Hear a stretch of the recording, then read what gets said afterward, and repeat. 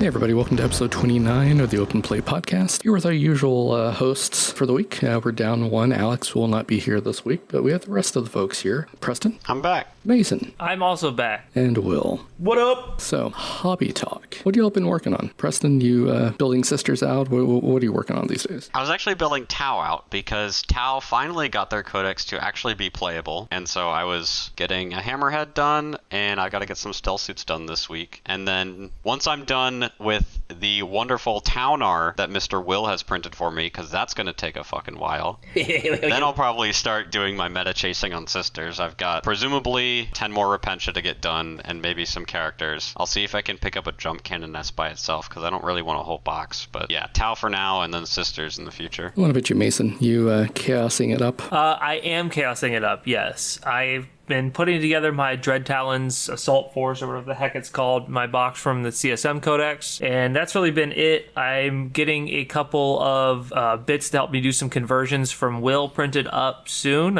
so I was getting those files put together. Then I'm just trying to make everything look nice and cool, because I have all these old Legionaries back before they were called that. They were used to be called just Chaos Space Marines. I'm going to make them into Chosen, and I'm going to make them look really cool. So, Will, how's it going in Orktown? Well, sorry if my voice is a little scratchy this week, folks. I have a truck on my desk, because I somehow, 3 trucks isn't enough. I need 4, so there's that. And then I've got Ulftak sitting here. I'm in no rush to paint him. I don't need another war boss or anything like that, but he's such a cool miniature that I want to get him done, so. I forgot he came out, to be perfectly honest with you. Oh yeah, I forgot. I picked up the Kroot Lone Spear as just like a painting project, because he's probably not going to see the table for a while. But I love that model so much. Is that the one riding the doggo, basically? Yeah. Not too much going on here. I picked up a box of Gene Stealers in prep for GSC Codex. Got an Abomin on order and some more Aberrants. So I can have 20. I already have 15. I just need 20 total. Yeah, not a lot done otherwise. Just building out Age of Sigmar stuff to get stuff ready to be prime so I can bring it with me when I go on vacation and paint it. Otherwise, not a ton going on here while I wait for stuff to come out. Most of the models for GSC don't really do anything for me. The playstyle seems interesting, but honestly, the Aberrant models, I love them. I love the guy who's carrying the sign. I think that they're just super funny and hilarious. Muscle Beach all the way, man. That's going to be the detachment for him. I'm honestly glad that they did shift into more of a melee focus. Not like as an army, but now there's more than one way to play besides table people from Deep Strike. Yeah, we'll talk about that when we get to the Codex probably, but they definitely took some hits. But let's talk about the new Pariah Nexus cards that are coming out. Oh boy. Where do we want to start? There's new primaries, there's new secondaries, there's new rules, and there's new deployments. I think we should start with the rules, and the big one being if you're OC0, you can't do actions. That one is going to gut some armies. If they don't get points adjustments, which I'm not saying they're not, they've already said there's going to be some points adjustments, but Tyranids, Death Guard kind of come to mind, Demons, they all need something, because for a lot of these factions, Nurglings or Spore Mines. Chaos Knights, yep, sorry, thank you. Without that, something's got to change. So...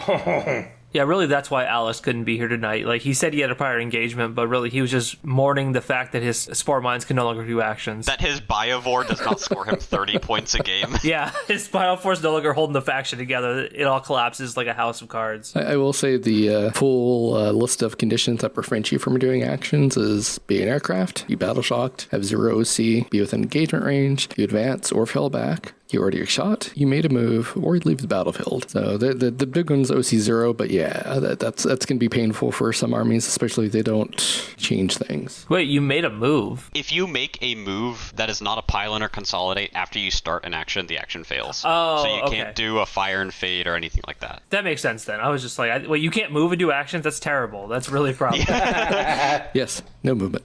They're pushing the heavy keyword again. There's a lot of units out there that like have been modeled with like this one guy has a gun that has assault on it. Like I know that Hearthkin Warriors come to mind. People were taking the auto rifle because it has assault. You know, that's just gonna go away. Like that's like, if you're not gonna take a subpar weapon choice just to give one guy the ability to shoot if you can't do an action afterwards. Although, you know, spoilers to go into what we'll talk about later is Warriors are in battle line, so it kind of doesn't matter for them. But I'm sort of torn, but not really. I got the idea of like if your unit is designed to be like fast moving and doing things on the run, like maybe they should be able to do secondaries. But also like because I gave one guy in 10 a pistol and like a shotgun and now your whole unit can do this, It felt really gamey. I could have seen, like, maybe if all units have assault, or like all models have assault, maybe they could advance in action. But I'm okay with just no advancing and actioning at all, because, yeah, I just felt it was kind of silly how a lot of the game was warped around, can you give a single person an assault gun? And if you can, they immediately become like 20% better. In another news, the Space Marines Salamander detachment just got way worse. Yeah. the Sisters counterpart as well. Oh, yeah, right. We'll Codex. talk about that later, but the same exact situation. Like, it's not nearly as good.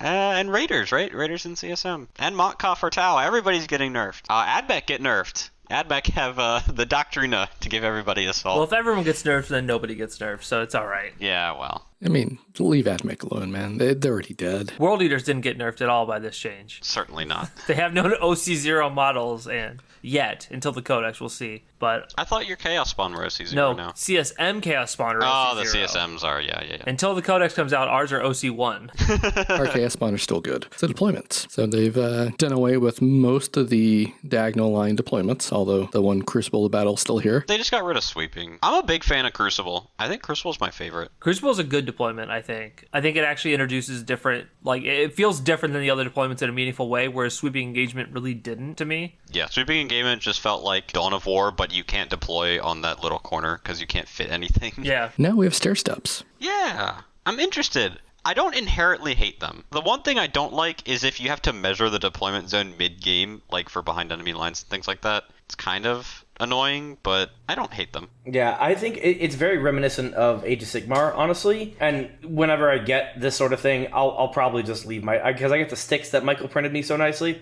I'll just leave the sticks out. Yeah, I'm going to have to print new ones for the stair steps now that I'm going to have to find or make some. Well, you have those corner ones you printed us, so that'll work for the two corners. Yeah, true. So the two stair steps we've got, for people who might not be familiar, there's Tipping Point, which is essentially a Crucible of Battle / Hammer and Anvil style, where the hot dog edges, you've got one big square on your right-hand side and one small square on your left-hand side. And then there is Sweeping Engagement. It's renamed. It's no longer that weird long diagonal. Instead, it's the same, like you can picture the old triangle. It is now two rectangles. You've got a bigger one on your left-hand side and a smaller one on your right-hand side. And I will say, I guess all of us will eventually be running a melee army in this mission pack, right? That 14, like the very tip of the 14 edges is only 16. I just measured it. It's 16 away. That's a 16-inch no man's land. That is juicy. And the tipping point one is only 20 inches away. Those are very close deployment zones. And if you go back to Dawn of War got closer as well. Yes, they pushed it from a 10-inch deployment zone to a 12-inch deployment zone, which means that's another 20-inch no man's land. But that is very closable for World Eaters. That's very closable for Sisters, which we'll talk about later. First turn walk could be back on the menu depending on the matchup. Yeah. First turn World Leaders, I'm just going to be in your deployment zone. Yeah, I mean, Anger on 100% could be 2 inches in your deployment zone if he deploys on the line. That's fun. I hope they make new terrain layouts that are more suited for these new deployments with the new objective layouts as well. I think they probably need to rework a few of them, but hopefully they're designed well around the new corners, and hopefully we can have some good games on them. I'm excited to try them out for sure. I think they did a pretty good job with the objectives or the terrain layouts in the Leviathan Companion, so I think they'll do a good job with this one too, knock on wood. Will, could you slap your desk for me? Gentle slap. Just so editors. Oh, yeah, right. There you go. Gentle slap. Yeah, so it'll be interesting. I'm we have the deployments. I mean, we could technically run and test these. Search and destroy. I've always not been a fan of this particular one just due to that 9-inch curve. That just always bugs me. Oh, I love it. Okay, orc player. Oh, man. Typically on these, depending on what terrain layout, most of my army's hidden, and I can just stage for that turn 2 absolute beatdown. Well, like 90% of my army is infantry, so I just run through walls. Yeah, I very much enjoy Seek and Destroy most of the time. So let's talk missions. We can talk the returning ones real quick, just to get them out of the way. Take and Hold is staying, Supply Drop is staying, and I don't like that. Supply drop sucks. I'm legitimately surprised that Supply Drop stays. It had like all of the hallmarks of a mission that they tried once and then would get rid of, and then they decided to keep it. I don't even like the proposed change people were suggesting where like the center stays. I don't even like that. It makes it more tolerable. It's the door in the face strategy, right? Like you take the mission and it's garbage and then make it slightly less garbage and you're okay with it. Don't get me wrong, as World Eaters, I've never had an issue with this. I know that I'm either going to rush you down or I'm not. So like this mission's never been that much of a problem for me, but like playing a game where I want to be a little more stationary, like if I was playing my Space Marines, this mission would be very much like, do I get the objective or not? Which kind of sucks. Yeah, this is my favorite one, Mason. This one, even just reading this doesn't tilt me or anything. People didn't like priority targets where you would score 25 at the end of the game. Surely a mission where you auto score 15 at the end of the game is not problematic either. Also, for anyone who's listening, I beat Will in our local store league championships on this mission, and he was very upset about it. Well, because Mason got literally every advantage before the game even started, and I was like, okay, well, guess I'll die. I'm sorry, I had to drop first. Okay. Oh, okay. Moving on real quick. Scorched Earth is back. Take and Hold and Supply Drop are back and unchanged. Then there's 3 more missions that are back and changed. Actually, 4 are back and changed. So Purge the Foe is the exact same, except you can no longer score Kill More on round 1, which is a change that I'm a big fan of because it already skewed to whoever's going second. Yeah, it's a great change. I love that change. Scorched Earth, burning an objective, is now officially in action, and it finishes at the end of the game. They added that caveat. So previously you could not burn turn 5 because it only finished in your next command phase, and so if you did a turn 5, you'd never have a next command phase. So that's a nice, it's a buff to whoever's going second because you can burn and then hold 2. And also there was a weird caveat where you had to be within an inch of the objective marker puck in order to burn, and now they just took that out because people, I think, just forgot about it. Yeah, I don't think I've ever played this mission in a tournament. The issue is that it was tied to Dawn of War. It only appeared once, and it had to be Dawn of War according to the companion, so you didn't see it a lot. I tried to avoid Dawn of War deployments as much as possible whenever I was making missions. Like, I still rolled it randomly, but, the dice follow my heart. I'm not opposed to the mission. I think it's a fine mission. I just didn't like Dawn of War, like you said. I think this is relatively balanced. I think it's a little bit better for the person going second now, but... Next up, we've got the Ritual, which is the one where you had to do an action to create objectives. I hate this one. They've made it a little bit harder to do, or easier, depending on how you like to play it. Markers have to be placed 12 inches away from other markers instead of 9 inches away from other markers. And so it's a lot harder to clump them together, which you could previously do, and you could clump them together and hold multiple objectives with one unit. Big Knights or like just the 10-man units and things like that could do it pretty easy. And also they are made at the end of your turn, not like immediately, and therefore you can't make an objective and then do an action on that objective, like cleanse. So just some quality of life write-ups. I think the mission by and large is going to be the same. It's a very drawish mission because you just sort of make your objectives and then you stand on them and you castle up and you tie on primary. But it's a mission that I don't like to like actively play, but if it's in a pack, I'm not going to hate it. Yeah, it feels very like, this is just something I have to do. Like, if I go to GT and this is the worst mission there, I'm fine with it. But like, if it's like this and Servo Skulls, or like this and just one of the other kind of missions that I don't like to play, then I get sad. But as far as like, as 1 out of 3 at RTT, I can deal with it. It's not the worst mission I've ever played, for sure. And then, speaking of Servo Skulls, it has been renamed. It is now Unexploded Ordnance. Yeah, they tried to trick us with this one. They're like... They did. They were like, maybe they won't notice the rules on this one. There's a couple changes. The name has been changed, which is always big. You are now trying to move bombs into your opponent's deployment zone and blow them up, although you don't actually blow them up, you just move them around. Moving the Unexploded Ordnance, which is actually just the objectives, is now an action. You can't just stand on them. And hilariously, what you could do before is sticky an objective and it walks around the battlefield by itself. You can't do that anymore either. But it's still horrendously skewed to whoever's going first. For those of you who aren't aware, you score objectives based on how close to the opponent's deployment zone they are. And so if I go first and they all start in the middle of the board, I can move them into my opponent's half of the board and I will score points. Then my opponent goes and they move them back as far as they can, and they end up directly in the middle because you both move them equal amounts and you won't score any points. And so in an even game, the person who goes first gets to score every turn and the person who goes second never gets to score. Beautiful. Like, I almost get what they're trying to do with this mission. It's the same as in Leviathan. Like, I get what you're trying to do, but it just doesn't function well when there's one player, I go with my whole army, I get to shoot you, and I get to go score first, and then you get to go first with whatever's left of your army, and you have to try to move these guys back to where they started. It just doesn't really work. It's a stupid mission. I think if they allowed one objective marker per turn to move, right? So like that way you could either focus on scoring as the second player or you could focus on, trying to push it back, whatever you chose to do, and then turn the tide. It's still going to advantage the first player, but there's a significant chance you can still score. But, that's not what it says, so it's garbage again. Yeah, it's just a flawed premise. They'd have to completely rework the mission, and I honestly think it should have been ditched. Just make it something like, you hold 3 if you stand on it, and then you can capture the flag where you can pick it up. If you get closer to your opponent's deployment zone, you can drop it and score more. It's still not the best concept, but it's better than this, because that's the way you can you're carrying the objective, I can kill you. Yeah, I like the idea that if you killed the unit that did the action, it would immediately revert. It's the best thing I could think of, right? Say they're carrying the flag forward and you kill them, and then it goes back in the center, and then you can try and carry it forward. But it's a complete rework of the mission. I think this will be a reroll every time that it shows up on the RTT list. I can never imagine wanting to play this.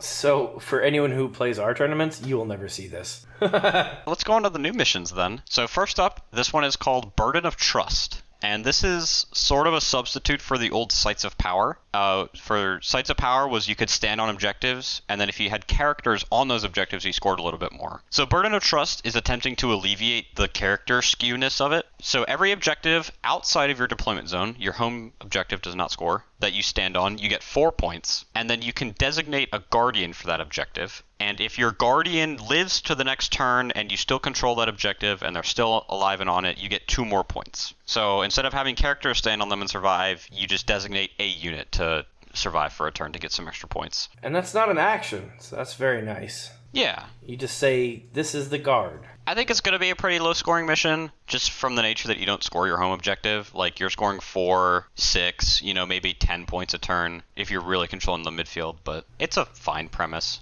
I like this mission. I think it's cool. I definitely would not mind playing this one. If hidden supplies is still a thing, I think it'll be a decently scoring mission on that. I think you can get an 80 then. This is a good candidate for hidden supplies. That's a good shout. That mission rule is still around, if people weren't aware. Is it? Okay, that's good. Yeah. Yeah, they kept it. But I think that it makes sticking objectives a little bit less strong, which is good because that is a very strong rule. Terraform is an action-based mission. I had, in my mind, this is one of the ones they had previewed for us. I had equated this to a Scorched Earth type of deal, but they kept both, so we'll have 2 action-based missions. So when you do a Terraform action, you have to do it in No Man's Land, and it finishes at the end of your opponent's turn, so they have to survive for an entire turn. Again, similar to the Guardian type deal, and Scorched Earth. So you score 4 points for every objective you control, and then 2 points every turn if you have a terraformed objective. And this does not line up with controlling it. So if I go into the midfield and I terraform an objective and I successfully terraform it on turn 2, that means on turns 3, 4, and 5, no matter if I still control that objective or not, I will score 2 points. So you really want to get out there and try to get those terraforms off early. It definitely suits those armies that want to brawl, like Orcs and World Eaters, and not so much the armies who want to play KG, because then they're just going to get run over by the victory point drip feed that the aggressive armies are taking. This is Green Tide's literal dream. I'm going to run out onto all 3 objectives and I'm going to terraform. I'm going to say, all right, come get me. Or I just win the game. Yeah, if you can't clear 60 boys and 60 OC of models, then I get 6 victory points for the rest of the game every turn. And there's nothing you can do about it. And it's beautiful. You just run up, you get the secondary where you're raising a banner, or not the secondary, the alternate rule where you're raising a banner, and then you do this, and you just score 3 extra points, and then next turn you score 2 extra points, and you just keep going on from there. It's just a lot of free points. This seems like a pretty high scoring mission. I will say Scorched Earth has the caveat where you can't try and burn an objective on the first turn. I believe Terraform has the same caveat. I don't actually have the card in front of me because they're not out yet. I mean, you can still do it on turn 2, and I still think it's going to be good for those aggressive armies, but you can't immediately do it turn 1 and force people to try and table you turn 1. You can do it turn 1. You can? Okay, never mind. Yeah, that's pretty dumb. Because, your safe one, you're just going to walk right onto turn 1 and do it. Yeah, most armies can safely walk onto their home objective without an advance with something. Be it a rhino, a truck, a unit of, Exalted Eightbound that move 11 inches. Every army has these, right? Any infiltrator. Infiltrator. Weird boy that can teleport a unit of 20 stupid boys. Oh, yeah. And honestly, I think that infiltrators are going to be even more useful in this pack because you can't advance and do things. There's a lot of missions out there where I have my big unit that does actions and stuff like that is Spawn, and they move 8 inches.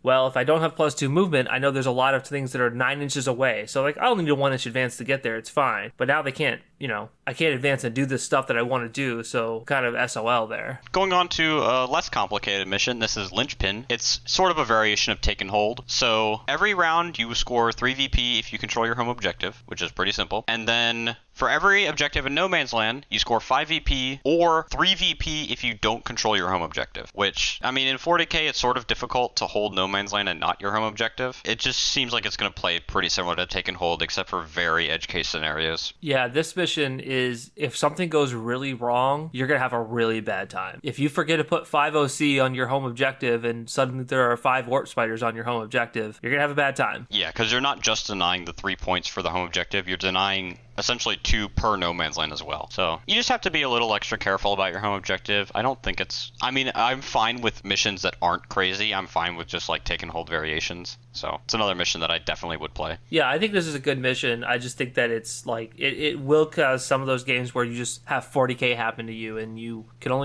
lose your home right away. Someone makes a 9-inch charge onto your home where you only have like some mediocre stuff going on there, and then all of a sudden you're getting only 3s for each objective you control. Better take a gambit or a secret mission. Well, you can't take those anymore, so... Well, you couldn't really take them before, so it was fine.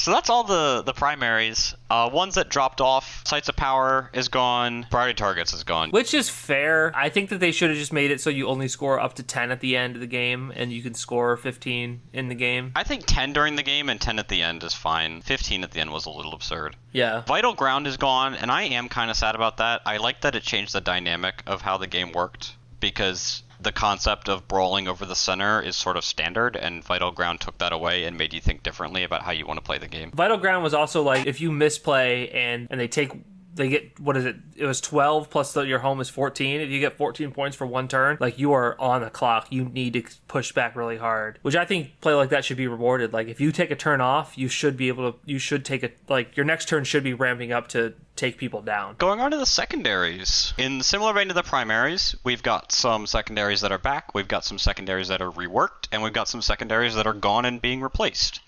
So first off, real quick, is that there are now 9 fixed secondaries, which is more than the 7 there were before. And there is a larger amount of secondaries in the deck. I've actually gotten 2 numbers on this. Goonhammer says there's 20, and Art of War said that there were 18. So I'm not exactly sure which one is which, but there's more than there were before. In addition, the New Order stratagem, which is the 1 CP you can discard a secondary and draw a new one, is no longer once per game. So those slow, grindy games where you know it's going to be close, you can feel free to discard a little more aggressively and not try to hold on and wait for like a better discard. Can you still only redraw 1? I believe so, yeah. And also it is a stratagem, so you can't do it more than once per turn. You can't just like keep recycling the card over and over again.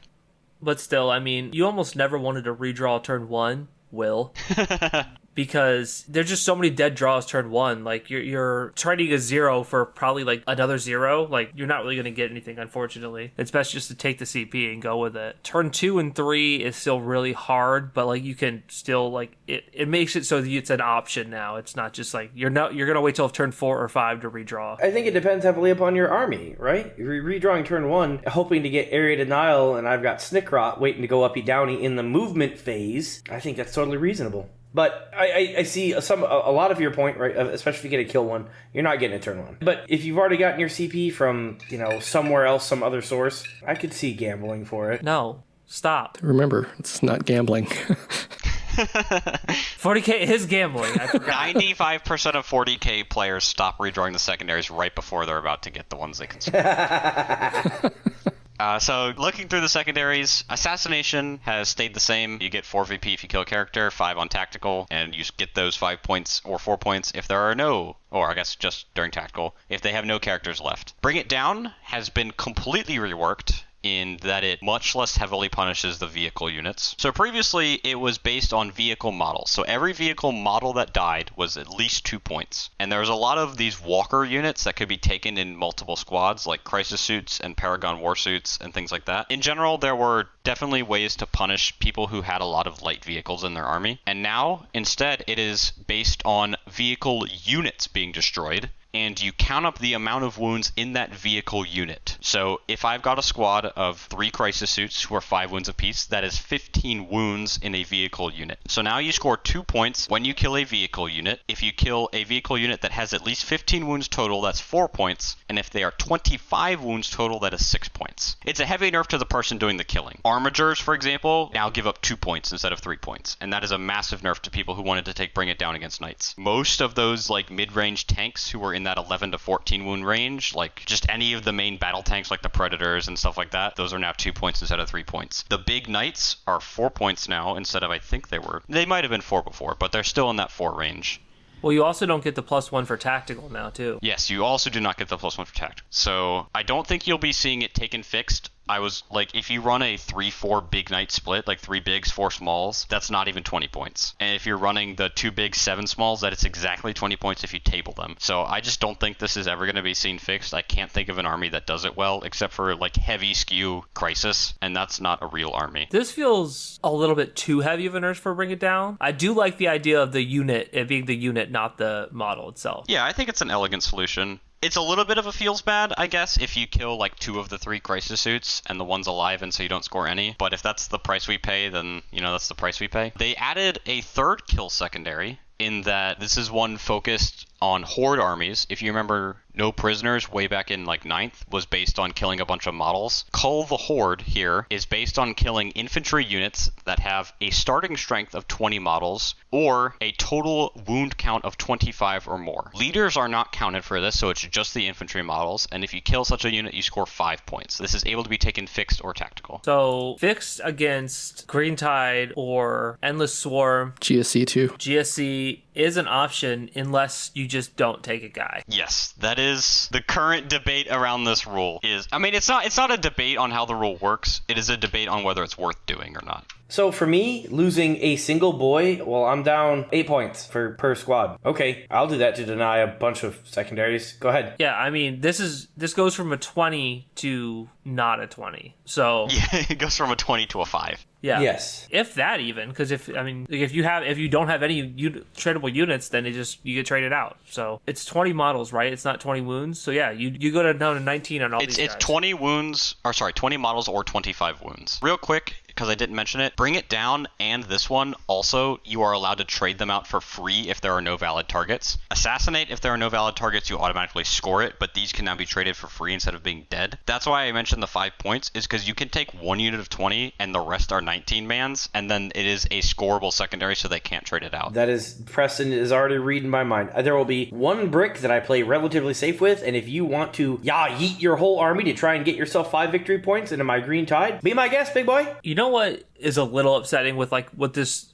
secondary is obviously trying to achieve is like you want to cut down the en masse stuff, but 10 Terminators technically is 5 points if you kill it. I would not call 10 Terminators a horde of guys, but it sure does go over the 25 wound cap. Yeah, I sort of wish it was a 20 wound cap so that those 10-man Marines and Marine equivalents were valid for it and not just the giant hordes and the giant Terminator brick, because there's not a lot of those units around. Like we were talking about it earlier, there's about, like, if you're lucky, you have one 20-man horde unit and one 10-man Terminator unit in the same, like, faction. Other than that, it's usually just, like, there's one qualifier for this. Yeah, what is that? Black Templar is the only one I can think about. Yeah, I second Preston's suggestion. I would really have to think if I'm going to drop 3 boys in order to make this happen versus dropping 1 boy. 1 boy is like, I don't care. It's 1 boy. Yeah, he's going to die as soon as someone shoots a bolter at him anyway, so, like, whatever. Exactly. But, like, 3 boys, now that's a little bit harder. So those are the 3 kill secondaries. You can take a look at the action secondaries, of which there are also 3 of. These are all also able to be taken fixed. Actually, 2 of them can be taken fixed, sorry. So Cleanse is back. It is 2 points for 1 objective, 4 points for cleansing 2. You cannot cleanse multiple objectives with 1 unit anymore. They changed the wording on it. And you do not get +1 for tactical. So tactical or fixed, you get 2 points and 4 for 2. It's fine. I mean, it's cleanse. I don't really get why they took away the tactical caveat, but maybe they're just trying to make scoring 100 harder in general, which it's the same for everybody, so I'm not inherently opposed to changing the scoring like economy. I do think that it buffs armies that have some sort of CP generation rule, because it seems like there's less of a downside to taking fixed. Therefore, there's less of a downside, or like the only real benefit to taking fixed is if you are, you want the CP, which like I'm playing World Eaters, I do. When I'm playing a lot of armies, I do. But like if I'm playing Martius Calgar and Space Marines, I don't care. Tau, I know, like CP, so like they're probably going to want to do tactical and stuff like that too. So in a way, it's a miss for me. But having a game be on average, like a game between two players be between that 70-80 range, and only like really big swings be pushing like 90 plus, I'm fine with that. I think that's probably better. And I think it probably gives like a true range. Whereas like before, even if you're losing, you're probably hitting 75 and your opponent's just hitting 100. Yeah.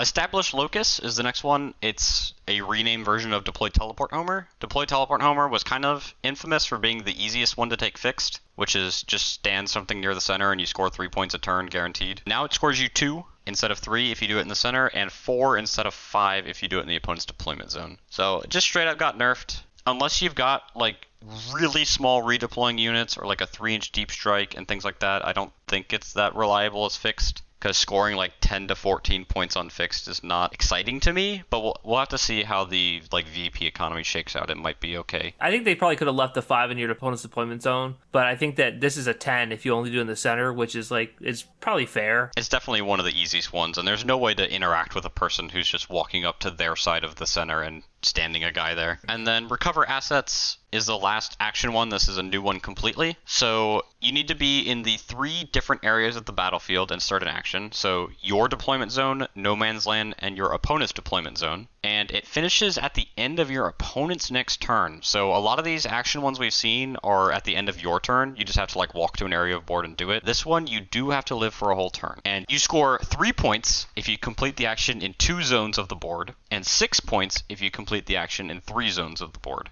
And I'm going to just be honest, 3 zones seems completely impossible. It's fiction. I would have written that off as difficult if you could do it at the end of your turn. Living in your opponent's deployment zone for an entire turn without doing anything, like you can't walk up and shoot something off. You have to walk up and stand there. Yeah, it's an action. Even if I manage to get aggression in every point of the battlefield, that's 120 points of my army that's standing there, touching their green ding-dongs for a whole turn. I would have liked to see 2 points per zone, not to a minimum of 2, so like 2 if you do it in your deployment zone, and then 4 and then 6, instead of 3 and 6, but, potato, I guess. I think most people are just going to go with the in your deployment zone, right outside your deployment zone, and go for the 3, and then just call it a day. Positional secondaries, they're all back. So behind enemy lines, engage on all fronts, and storm hostile. Behind enemy lines, scores the same. You get 3 if you have 1 unit behind, 4 if you have 2. You do not get 5 for tactical. It's just 3 or 4. Engage on all fronts. If you have units in 3 quarters of the battlefield, you get 2 points. If you have units in 4 quarters of the battlefield, you get 4 points. I believe right now you get 3 and 5, so again, there's a little scoring nerf there. They changed the range restrictions. Previously, you had to be more than 3 inches from a quarter edge. So like dead center area of the battlefield, or like the halfway line, essentially, you couldn't stand there and count as over it. That is gone now. As long as you are just within the quarter and outside of 6 inches of the center, you're good. So if you just make it over that halfway line, you will score for being in the new quarter. Oh, that's a nice little boost. I can't tell you the amount of times where it actually mattered, that 3-inch like no-go zone. It's a huge deal. I'm with you. The amount of times that like I've been screwed out of like 3 victory points or 2 victory points or whatever it is. The left ass cheek of my fat boy, he couldn't make it. I'm like, all right, well. Yeah, or like you roll a 3-inch advance and you needed a 4. Yeah. And then lastly, storm hostile objective. It's another pretty simple one. If you control an objective that your opponent controlled, or if they controlled none and you control a new one, you score 4 points. That's a big deal. Down from 5, it is now 4. Still can only get it on turn 2. Did we talk about behind how you can redraw at turn 1? Yeah, we missed that. But yeah, that's such a huge... Because like, there's not too many armies that can do that. If you're not blue or have elf ears, you pretty much can't. Or have like if you go second and you redeploy and have a 3-inch deep strike. Yeah. Grey Knights. at Hypercrypt. I can do it with Snickrot, but I'm throwing away 100 points a model. And a lot of times I would get it and I just wouldn't do it. It's not worth it. It's a pretty hefty investment. And that's assuming your opponent's not just doesn't have their backfield screened out anyway. Like, yeah, 3-inch deep strike's hard to screen out, but it's not impossible when you're already in the deployment zone. Yeah, it's the start of the game. I have to be there. Yeah, Like, this is where I live right now. I am glad they made that redrawable. Capture any outpost, though. Yeah, capture enemy outpost is gone, actually. Oh, so these are the rest of the tactical missions. Capture enemy outpost is gone, tempting target is gone, and investigate signals is gone. So tempting target has been sort of reworked into one called marked for death. So your opponent picks 3 of their units on the battlefield, and if any of those units are either destroyed or removed from the battlefield for any reason, you score 5 points. So things like, Grey Knights and Hypercrypt, they can't pick those units up. Grey Knights can't use Missive Deimos on that unit. They can't use Sigil on that unit. Anything that lets you get back in a transport, like the Impulsor or the Tau Kalyan stratagem, those all count as being removed from the battlefield. So there's a lot of ways to remove them from the battlefield that, you just don't pick the units you want to do it on, I guess. I think it's kind of a miss. I like the idea behind it. In their, write-up of it, this was one of the ones they previewed, they were like, oh, do you want to pick something durable? And then they get a target on their back? And it's like, no, you pick something that's literally impossible to kill, and then you don't give up points. Correct. It just isn't a problem most of the time, right? Most of the time, you'll have a unit in your back right-hand corner, and a unit in your back left-hand corner, and a unit sort of in the back of the middle, staged up. Is there a caveat there if they have less than 3 units? Because that's the thing, is if you pick it where they only have 3 or less units left, then it's great, because then you're like, okay, I can kill the only thing you have left, but you're probably winning anyway, so it's just a win more at that point. Who cares? I'm glad it's 5 points at least, because I think it reflects that it's sort of difficult to do, but I agree, it's not one of the ones I would be excited to draw, especially on a turn that's not turn 4. Beyond that, we've got Area Denial is back. It's the same, except it scores less. It scores 2. Oh, actually, it's not the same. They fixed the funky wording on it. There was really weird ruling where you could get points if nobody was there just for free. So now, if you are within 3 inches of the center and there are no enemy units within 3 inches, you get 2 points. And if you are within 3 inches and there are no enemy units within 6 inches, you get 5 points. So in both cases, you have to be within 3 inches of the center. And it's just, if you get them outside of 3 inches, you get 2. If you get them outside of 6, you get 5. I believe these used to be wholly within, and wholly within was just not something you did in 40k. You were never wholly within 6 of the center,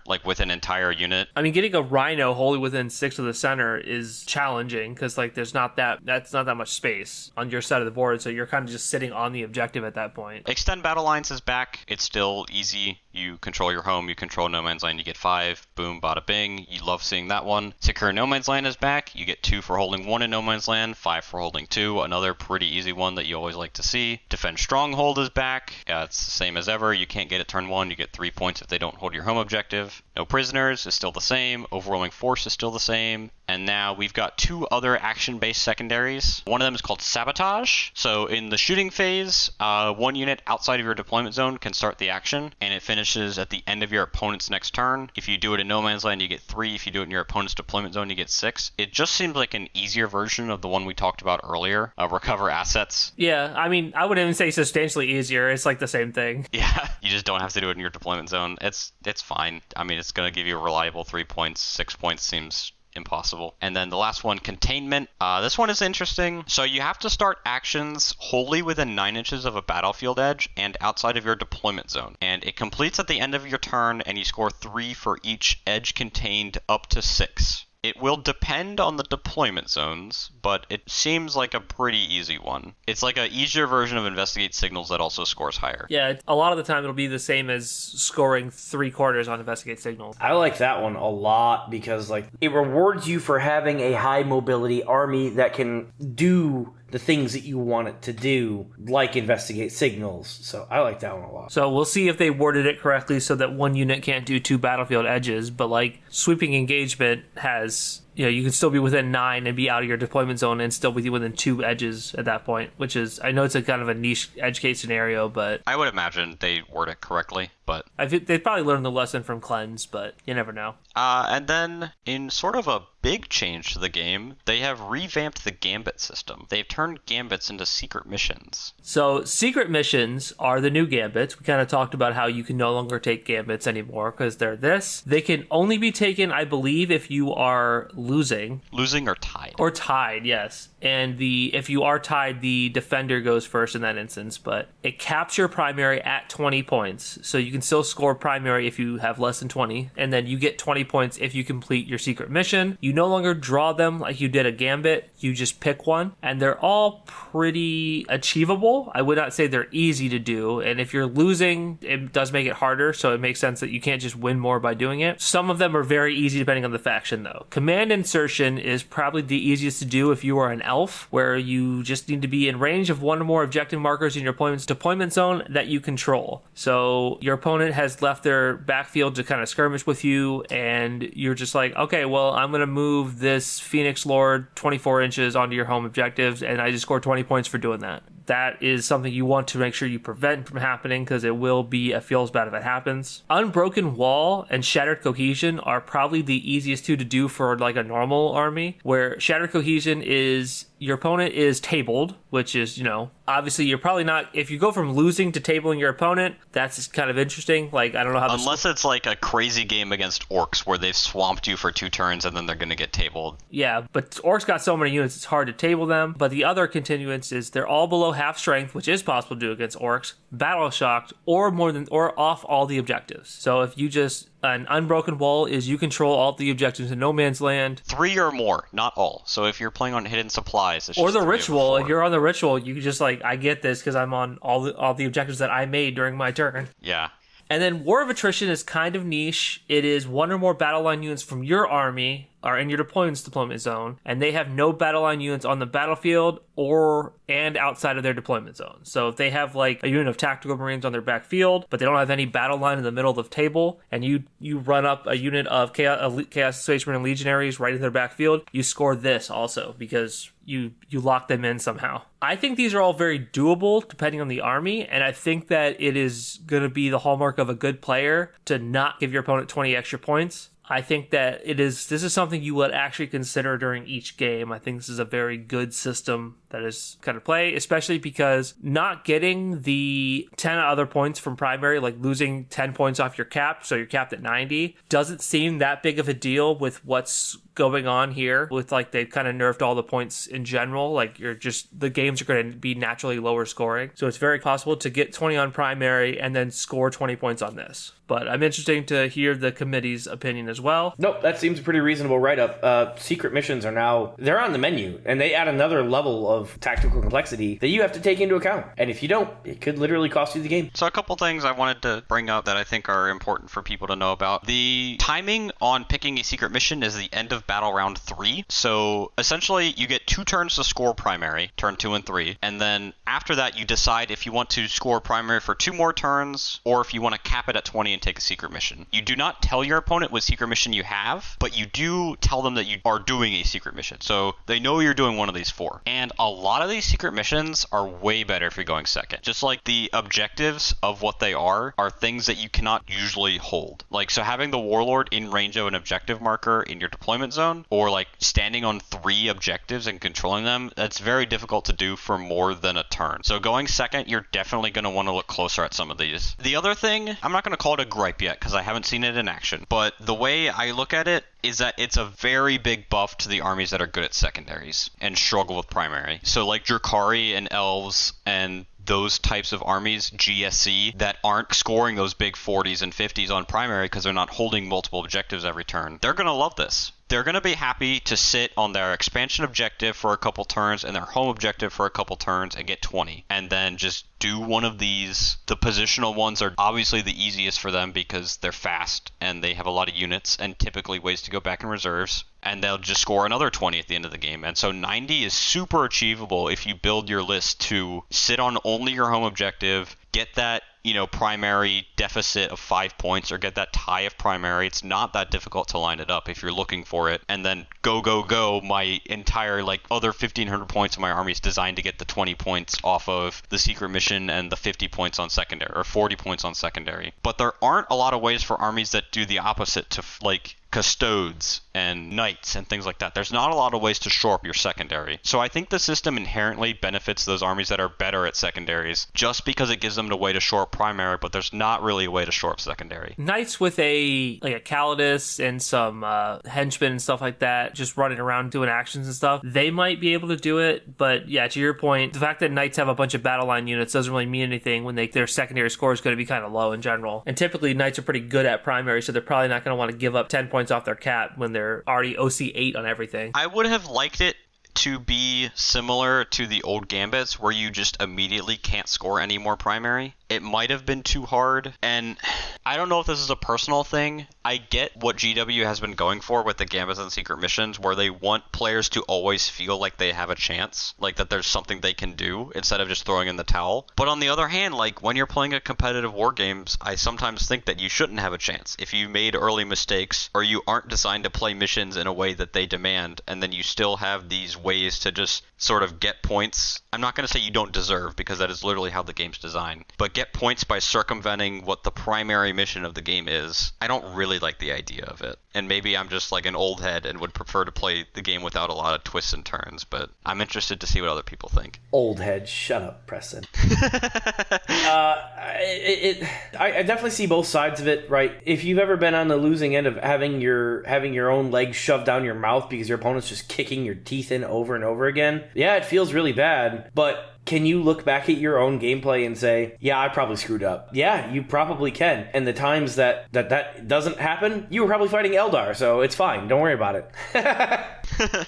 No, I don't think that this is likely to change a blowout into a win for the person who's getting blown out. But I do think that this is a game that will... It can definitely just swing a close game. Like, oh, I'm down 5 points. I'm going to take this Gambit that I know that I can do, or this secret mission that I know that I can do, and I'm going to stop focusing my effort into holding primary because I'm already close to cap, and I'm just going to kill the stuff that's going to get him primary, and then I'm going to take his home field with my Warlord or whatever. That's mostly my concern, is that when you're in those close games where, like, I'm playing Drakari and you're playing Custodes, and you're up, 10 primary and I'm up 10 secondary, I have a way to get that primary back, but you do not have a way to make up your secondary. And so it just swings those close games into the favor of whoever can score secondary better. Yeah, like it's hard to get Trajan onto your opponent's home objective, and especially because you typically want him to hit something. You don't want him to be running towards the backfield and not doing anything. It's not even about Custodes being able to do the secret objectives. It's the fact that they don't benefit from doing the secret objectives if they're already scoring a high primary. It's a lot harder to kill 6 golden boys on objective than it is 5 elves. Oh yeah, and no chilling rain. We didn't talk about that. Michael's highlighting it because he wants us to talk about it. Every mission has a rule. Fog of War gives everything the benefit of cover, turn 1. Okay. You can't use core stratagems. Except for go to ground, right? No. New orders. So I think Fog of War is going to be the new Chilling Rain. It's only active during the first round, and it's not that impactful. Like,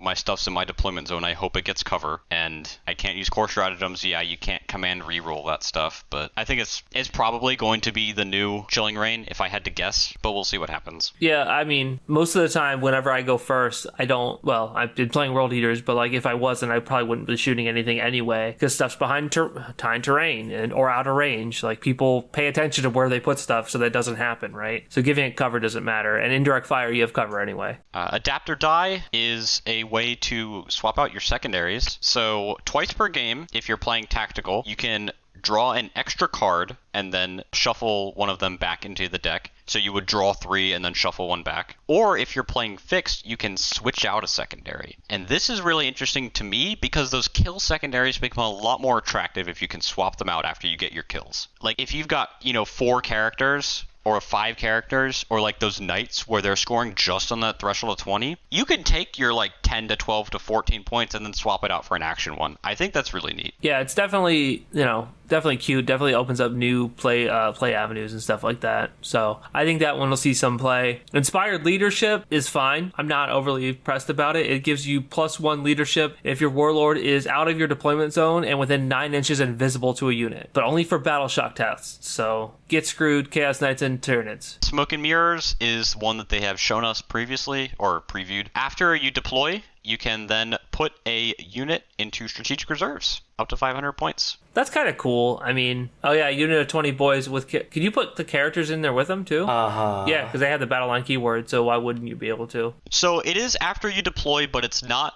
after first turn. So they would still be restricted to that. They can't come in on turn 1. It's fine. I think there is another mission rule that lets them come in turn 1. There is, yeah. But it's a very low points value, so. We can do that one right now. That one is called Rapid Escalation. So in the first battle round, you can set up a battle line unit from strategic reserves, and it also says it has to be within 6 inches of a board edge. So even if they have deep strike, they still have to come in as if it was strategic reserves. And it cannot exceed 200 points. So you can't drop 10 Grey Knight Terminators or those big bricks in similar veins. It's fine. I don't really like it. Will pointed out earlier, you could maybe Rapid Ingress if you go second. I'd have to see the wording on the card, like it might fall under out of phase or not. Yeah, and it's important to know that you won't ever have Smoke and Mirrors and Rapid Escalation, so you're not going to ever have both, right? Yeah, you sort of have to call your shot. You have to say, okay, I'm putting this battle line unit in strategic reserves. What are you going to do? There's not a lot of battle line units that are excited to come in on a board edge turn 1, except for, you can try your 9-inch charges. If you can Rapid Ingress. If I can Rapid Ingress, I'm doing it. The thing is, you have to put them in strategic reserves before you see who's going first. So you could put 10 boys in strat reserves and then just go first, and they have to either ignore it and come in on turn 2 or 9-inch charge. I either get a ton of free movement or I Rapid Ingress. It's a win-win, baby. It's not free movement because you have to come in on a board edge. You can't set up in the middle. I don't care. Or you can't set up in a truck. They're boys. It's going to be 20 boys with a War Boss and a Pain Boy with a 5-up invul, re-rolling ones, and a 5-up feel no pain. Have fun. Bro, if you want to bring that in on a board edge to try 9-inch charge and then I can shoot it to death, I am fine with that. Is that less than 200 points? It is not. That's what I was about to say.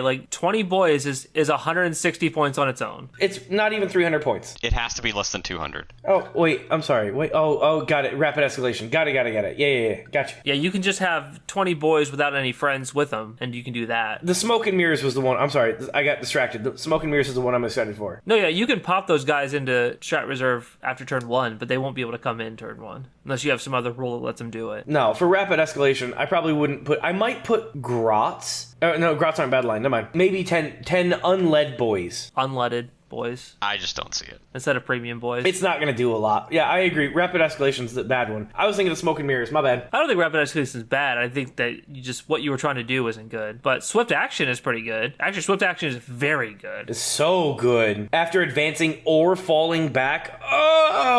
Yeah, I didn't realize it was falling back too. That's all most battle lines will die when they're charged anyway, so it doesn't really matter that much. But 20 boys don't die when they're charged. 20 boys don't die very much. Just to say the rule in its entirety. So Swift Action is a mission rule where battle line units can perform actions even if they advance or fall back. And that's not contingent on having assault or anything like that. So if you just have things that can walk forward, they can advance and do an action. And then in a similar vein, we have Stalwarts, which lets your battle line units, they're still eligible to shoot if they perform an action. So they can action and shoot, which is great for your shooting armies like Tau, who would love to have breachers do actions and shoot. And you can perform an action if you are engaged with an enemy unit. So those armigers who would get tagged by things, they can still do an action if they're engaged, and they can shoot an action. I think this one's a really good one for knights. That one's a really good one for tons of armies. Our Breachers battle line? Yeah. I hate it. They're the only battle line unit where strike teams don't count. All right. Breachers are going to be a problem. Yeah, that's very good for them. But here's another option for Chilling Rain,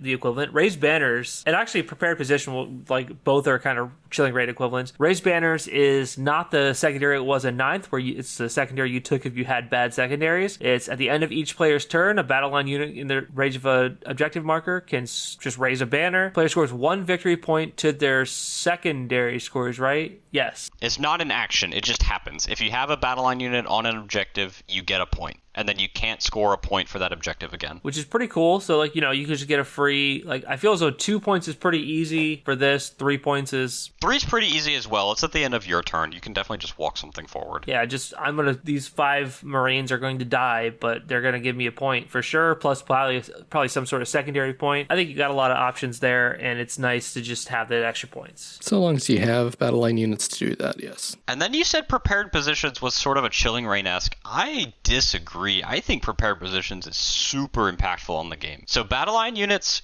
can be targeted with go to ground and heroic intervention for 0 CP. I think that fundamentally changes how you play your battle line units. 100%. Actually, you're right, because I was thinking only battle line units, not like battle line units plus characters. But like there are battle line units that love having like boys just always having a 6-up invuln, things like that, and always getting cover when they're out in the open. Heroic intervention on Custodian Guard for free, on Grey Knight Terminators for free, on just even like 10 Berserkers with Karn for free. You free heroic, you fights first. I'm immediately backpedaling. Prepared positions is something I never want to see on the tabletop. Just like all of the light infantry in the game suddenly gets a 6-up invuln, and all of the heavy infantry can now heroic for free. Oh, it's so good. Heroic for 0 on 20 boys? Wait a second, Yeah. that seems really good. It is really good. Well, 19 boys, but yeah.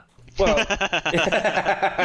yeah, I'll probably stick with 1 unit 20 and 2 units of 19. Depends on the nerf in a week and a half. So we'll see what you run. Yeah, exactly. So orcs are going to get nuked from orbit. Bully boys are going to get nuked from orbit. I'm calling it now. That's fine. It'd be like that. I will get to run a tournament with bully boys. I'm very happy with that. I got to play it a couple games. I had a ton of fun. They will be nuked from orbit, and we will move on with our lives. So that's it for the missions. Do we have time to talk codexes? Yeah, but I did want to mention the game sequence changes as far as deployment goes. The Titanic unit drop. So a Titanic unit counts as 2 for the purposes of alternating deployment. So it gives Titanic unit players, mostly knights and larger model players, better chance to position and drop properly because the opponent will have to make 2 drops to their 1. So I think that's a positive change. It's something I hadn't really thought about. In the back of your mind, you're always going, yeah, knights, you can out deploy them. But I think this is a pretty good change. I'm really happy with it. It's not something I had thought about doing before, but it's a simple change, and I think it's an effective one. I agree. And here's the thing, though. Knights sit at a 50% perfect win rate. But with the changes to actions and shooting and the deployment, I think that they're going to jump a couple percent. And I think it's done in a way that's healthy, right? Because typically when knights are good, it's because they stat check you really hard, and their stats are just either undercosted or overtuned. But the way that they're getting better now is in the context of the mission, and I think that's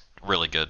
And then there's now a redeploy unit step as well. So it's done before determining the first turn, unless otherwise stated. Abilities which allow a player to redeploy certain units after armies are deployed happen in this step. Yeah, so they just clarified that unless it says to redeploy after you roll off, you redeploy before you roll off. Which is unfortunate, because it's, I'm not going to say useless, but it's pretty useless. I'm never taking a character for that ability. It's something like Leontis, where he just does it in addition to what you're actually taking him for. How does this meaningfully change what happened? I don't really understand, I guess. I think it was just like an FAQ.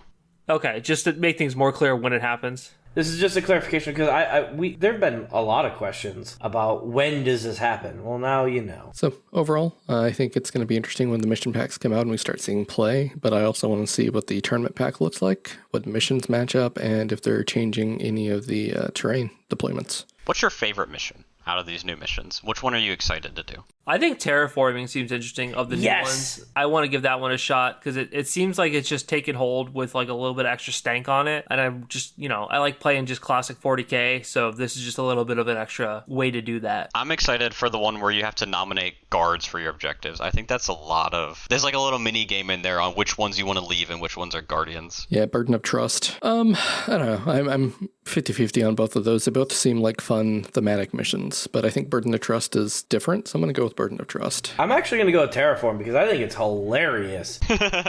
Even if you kill the shit, I'm still getting points, orc baby. player.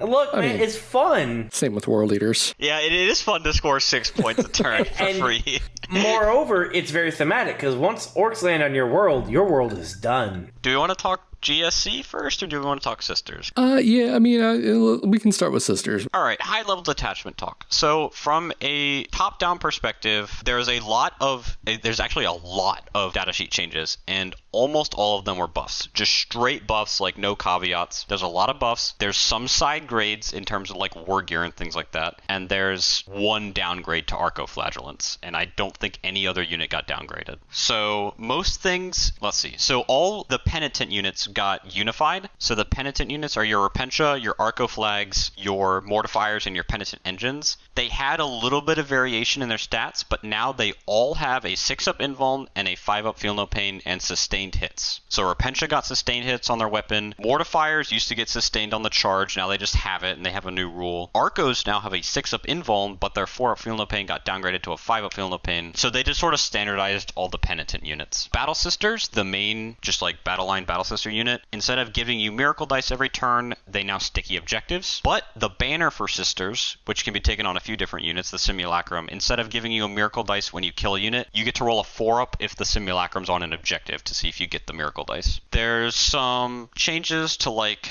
abilities that aren't, I mean, we're saying we're not going super in depth, but I end up going in depth anyway.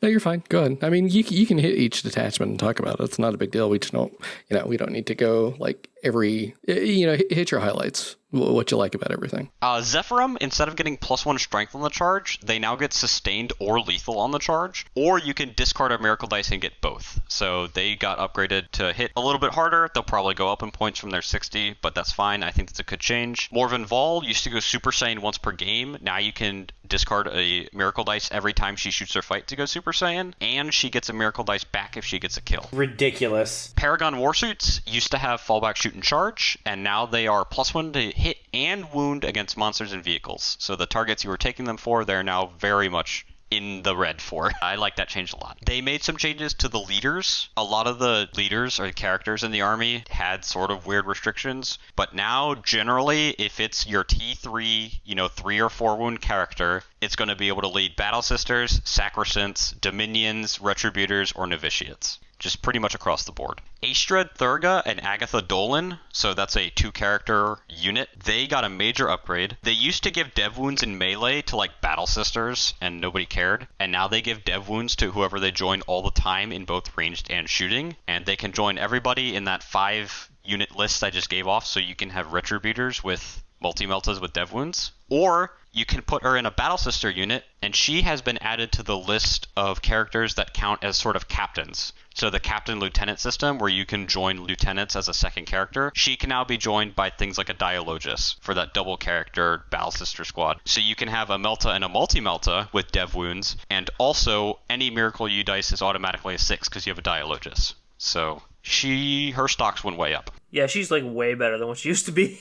Yeah, it's a little insane.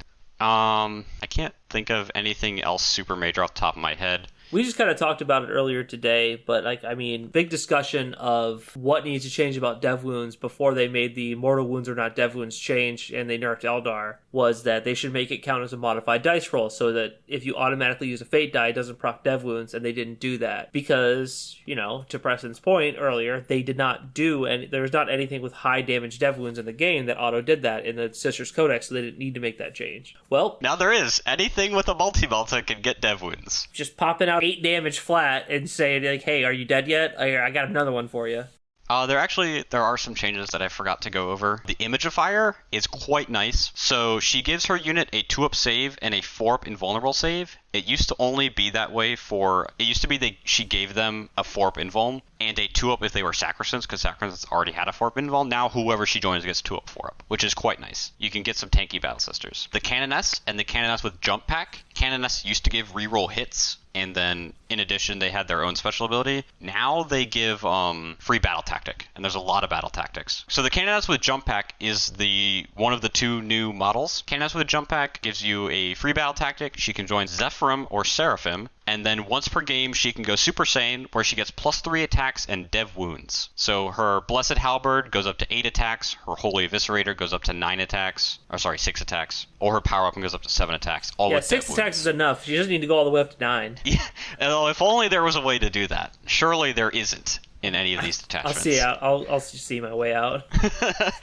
And the Rod of Office used to give you CP on a 4-up if you use a stratagem. Now it gives you reroll hits of 1 for the unit. So they have a little bit of that reroll hits back. The Sacred Command, the ability to do a battle tactic for 0 ZP has always been contentious in my book because there are certain detachments, certain armies where your battle tactics are just bonkers. The Sisters, with their current, what I have read, they fall into that. The battle tactics for Sisters are outrageous. If I don't see 2 or 3 Canonesses every game, I'll be kind of surprised. So 3 of the detachments have at least 3 battle tactics. And then the Index detachment only has 1, but the one they have is super good anyway. So Canonesses fit into literally every detachment because the free strats are always good. The last major datasheet change that I'm going to go over is the Triumph. Her aura's changed a bit. None of her stats changed. She's still the wonky 18 wound, 18 attack infantry model. So she straight up got a new ability. which is every command phase you get an additional miracle dice, and that miracle dice is always a 6. So ridiculous. In addition, 2 of her auras, or I think maybe 3 of her auras got changed. So the fiery heart of an aura, it's an aura of +2 to move and +1 to advance and charge. And you can use this like Magnus, where you buff everything near you and then you move the Triumph and she gets her own movement buff, and then you buff everything where she lands. So it's just plus like 2 to 3 inches for most of your army. Simulacrum of the Ancient Shroud used to be like +1 attack to your rapid fire weapons and nobody cared. Now it's reroll wound rolls of 1 in range, which is quite nice. If the Triumph isn't like legitimately like 250, 300 points,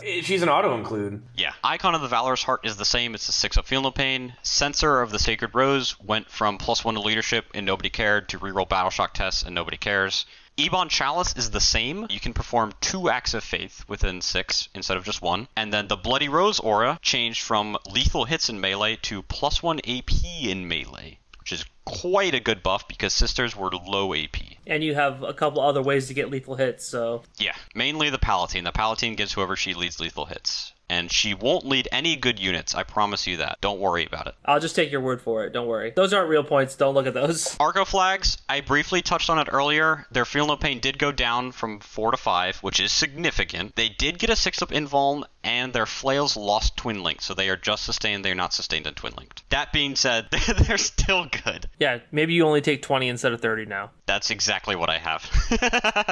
The 2 battle tanks, I did forget about these. I keep saying that I'm done, and I'm not. The 2 battle tanks did get changed, or the 3 battle tanks, sorry. The Exorcist, the Immolator, and the Castigator all changed. So the Castigator, instead of rerolling hits and forcing a battle shock test, now, whenever they shoot something, the rest of your army gets +1 AP in shooting. That's so good. It's good, because again, we're talking about an AP problem, but that's just, straight AP. Especially at range, with Meganobs being the menace that they are at the moment. Yeah, you can get AP2 Flamers, AP5 Multi-Meltas, it's all good. You would see Guard take one of those tanks that gave an extra AP to all squadron units just because of the extra Pippa AP. It's so good. The Exorcist got a pretty good buff. So the Exorcist missile launcher is the big indirect. It lost heavy, so it'll hit on 4s. However, it did get a pip of AP. It's up to AP3. And in addition, it used to give off an aura of +1 leadership and nobody cared. And now, it forces a battle shock test when it hits something with the indirect fire. And you trigger Deadly Demise on a 5 instead of a 6 if you die. Which is funny. I always like forcing people to blow up. And then lastly, the Immolator. It still combat squads your unit. And it used to give you Twin Linked when you got out of it. Instead, now it strips cover. So you can line these up, you can strip cover, your Castigator can give you +1 AP, and things can go to town if you want to build around that style of list. Stripping cover from your Exorcists, who are always getting cover because their indirect is nice, things like that. It's a little weird that the Codex is written the way that it is with the phrasing. It says that weapons, normally it says weapons equipped have this ability, but this just says enemy units cannot have the benefit of cover, which is not, they're kind of going through standard wording on everything. This is more of a quirk, not common. It doesn't affect rulings and things like that, but it's weird that they went away from the standardized wording they've been using the whole edition for this ability. Agreed. So I'm going to go through the attachments. The index attachment is very largely the same. There's 2 changes I want to note. One is that the 1 CP stratagem for +1 to wound is now 1 CP reroll all hits. And if you're below half strength, you can reroll all wounds as well. So that's the battle tactic. Your canonesses can use that. And it's at the start of the fight phase. You can use it. And so you can combo this with fight on death if you have 3 CP. You can say, okay, I will be dead, so I'll be below half strength. I'll be +1 to hit, +1 to wound, rerolling hits, rerolling wounds. And it's 3 CP. But it's something you can do. It's 2 CP if you have a canoness. The other thing I want to note is the change to Suffering and Sacrifice. Suffering and Sacrifice used to say models in engagement range of the unit you select have to fight it. Now it's units in engagement range of the unit you select have to fight it. So previously, things that were base to base to base did not have to go into your Suffering and Sacrifice target. Now they do. So if I have 10 guys in a line and you have Josie, Sister of Battle, all the way, and only 2 guys can actually fight her, only 2 guys can fight, period, right? And that's the issue there, is that if it physically can't, I assume it still physically can't. If you, like you said, you're 5 inches away and you're not base to base to base, I assume you don't have to select them as a target. I could be wrong. That last comma, it must select your unit as if you can't legally select, that's it. You cannot legally select. That's game over. But everybody who's within that range, that base to base, they have to. It essentially adds a rank to the stuff that has to fight. Previously, it was only the front rank. Now it's the front 2 ranks have to select you as a target. To Mason's comment, though, I think as written, if you have a unit strung out and only 2 units are technically within engagement, or two models of that 10-man unit are in engagement range, the whole unit, those 2 models fight, the rest of the unit just can't do crap. But that's their fight. Disagree, because if you cannot legally select that unit as an attack target, that's it. Then it's no longer a legal unit. It cannot be selected for any means. I think we could go rules lawyery on this. I think the intent is pretty clear. It just makes it harder, or makes it easier for the Sisters player to tie you up. Yeah, this is going to need an FAQ. I'm just going to leave it at that and move on. I see how I think it's supposed to be written, but I'm not going to get into the wording. Yeah, I think that it's only going to affect the ones that could hit. Like, if you can hit, you have to hit. If you can't hit, then you can hit other stuff. That's how I believe it's supposed to be. So it still is obviously an amazing stratagem, even if that being the rule. So next up is the Penitent Host, and this is my jam. This is how I was playing Sisters already, was a ton of Penitent units in this heavy melee pressure style backed up by your fast scoring stuff, and this just takes that style to the moon. So the detachment rule, it's like Doctrines or things like that, Synaptic Nexus, where you have 3 different rules and you can pick one of them for a battle round. There's I don't know if it's intended wording or not. It currently says at the start of the battle round you have to select one of the vows. It doesn't say you may select, it just says at the start of the battle round select one of the vows. So turn 1, 2, 3, you have to pick the vows and then you're done. You don't get anything on 4 and 5. Maybe they'll get FAQ'd, maybe not. The 3 vows, all of these only affect Penitent models. And that's important because you can join a Penitent character to non-Penitent units, but it does not give them the benefit of the vows because the vows only affect Penitent models. Path of the Penitent gives you +3 to move for all your Penitent models. Absolution in battle is +1 to attacks and strength of your melee weapons if you make a charge move. And Death Before Disgrace is 2-up fight on death for all of your Penitent models. Then into the enhancements, they're all really good. While the bear is on the battlefield, if a Penitent unit kills an enemy unit, you can turn one of your Miracle Dice into a 6. More 6s are always gooder. Verse of Holy Piety, you can select a vow, even if you've already selected it, to be active for your unit, so you can double up once per game. Refrain of Enduring Faith, your bearer and models in your unit get a 5-up invulnerable save instead of a 6-up, because all the Penitent units have a 6-up invuln. Very good on Arco Flags. That unit is obnoxious. And Catechism of Divine Penitence, a Canoness, Palatine, or Ministorum Priest, they gain the Penitent keyword,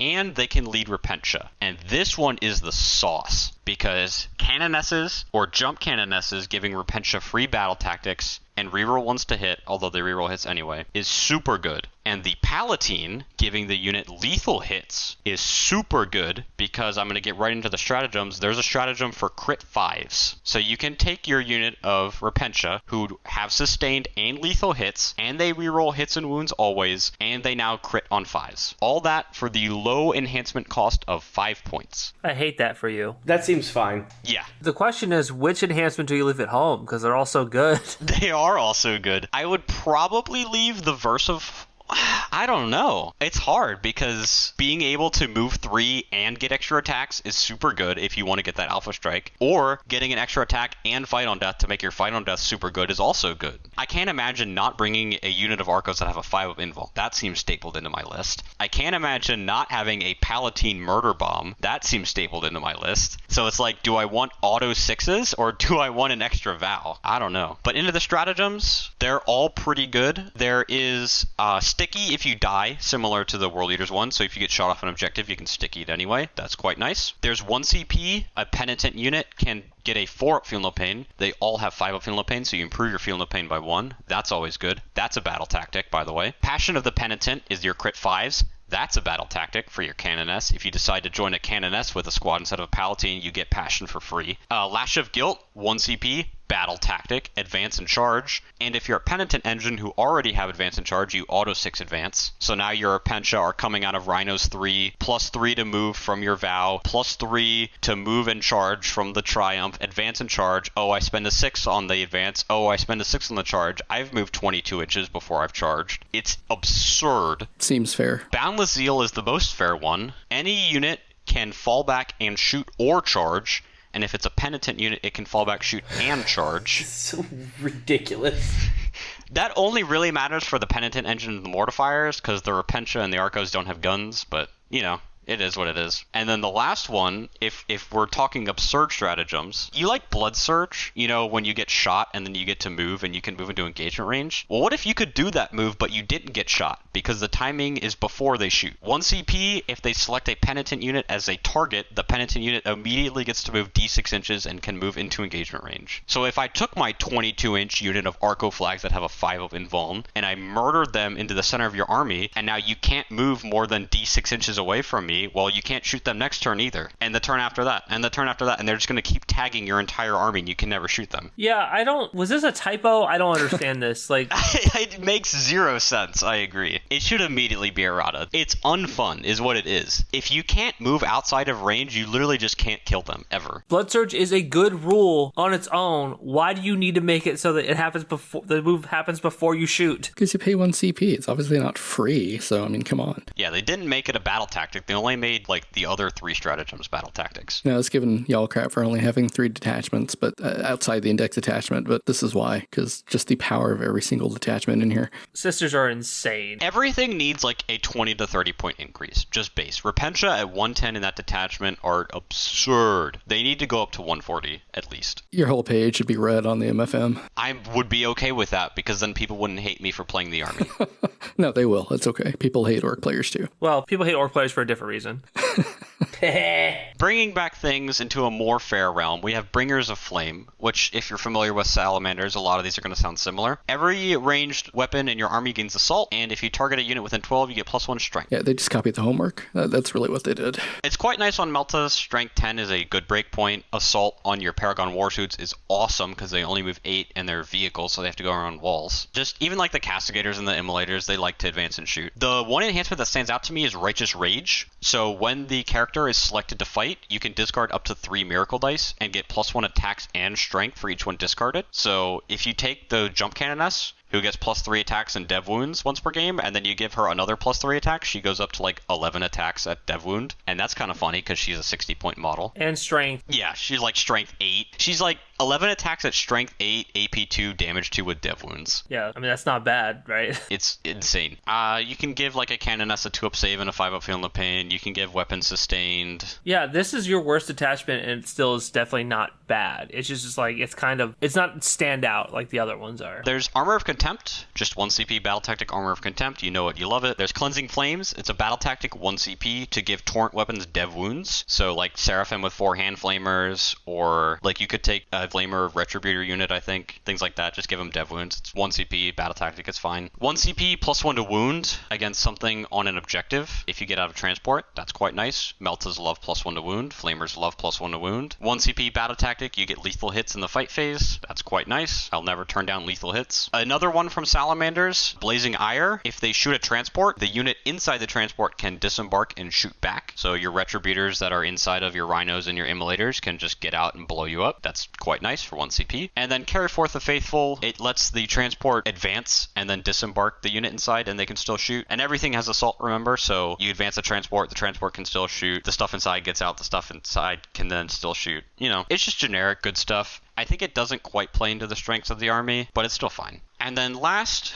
is Army of Faith. And Army of Faith was teased as the jump pack detachment, and it is, but the detachment rule is that all Sisters unit in your army can perform 2 acts of faith instead of 1. That is so good. It is so good. People were taking the Triumph just to do that for a couple units. And when everybody can do it uncategorically, it changes how the army fundamentally works. Remember when you got called awful things for playing Eldar because you had all those fate dice? The enhancements, again, are just generically like, okay. The one that I think is really funny is the Triptyarch. Every time you use a miracle dice to do a save for the character, it auto passes, and you can do 2 acts of faith. So every turn you can just autosave 2 attacks no matter what the dice in your pool are. So you can tank a multi-melta on a power armor body with this, because you don't get a save, but... Well, everything has a 6-up invuln because they're sisters. Oh, well, yeah, never mind then. It is only for the bearer, and all the characters have 4-up invulns already. But yeah, I can just like throw some 1s away and pass saves. Oh, it's only for the bearer too. Okay, that's not as bad then. It's still really good, but... It's still really good. 3 of the stratagems, this is where the jump packs come in. So 3 of the stratagems, if you use it on a jump pack pack unit, which are your Zephyrim and your Seraphim. The Zephyrim and the Seraphim then get an aura of 3 inches of that ability. Oh, this is the thing that you were talking about earlier. Yeah. So one of them, Shields of Faith, you get a 5-up against mortals when you take a mortal wound, or the jump pack gives off an aura of a 5-up feel no pain against mortals. It's fine. I wouldn't probably spend CP on it, but, you know, maybe if I'm playing Thousand Suns, I'll take it. Blinding Radiance, after you're targeted in the shooting or fight phase, you give a unit -1 to hit, or you target a jump pack unit and give everything within 3 of the jump pack unit -1 to hit. That's really good. And then the last jump pack unit is Light of the Emperor. So in your command phase, you target 1 unit from your army, and you can ignore pretty much any malice to anything you'd ever want. Weapon skill, ballistic skill, all of your rolls, all of your characteristics. Or you target a jump pack unit and you give off an aura of ignore modifiers to everything within 3. And that's 1 CP. And that's a battle tactic. And your jump canoness can join your jump pack units. So just every turn, for free, you can give off an aura of ignore mods. You have Mortarion, but he's 70 points. Feels good. Feels real good. Keep going. I don't even know what to say.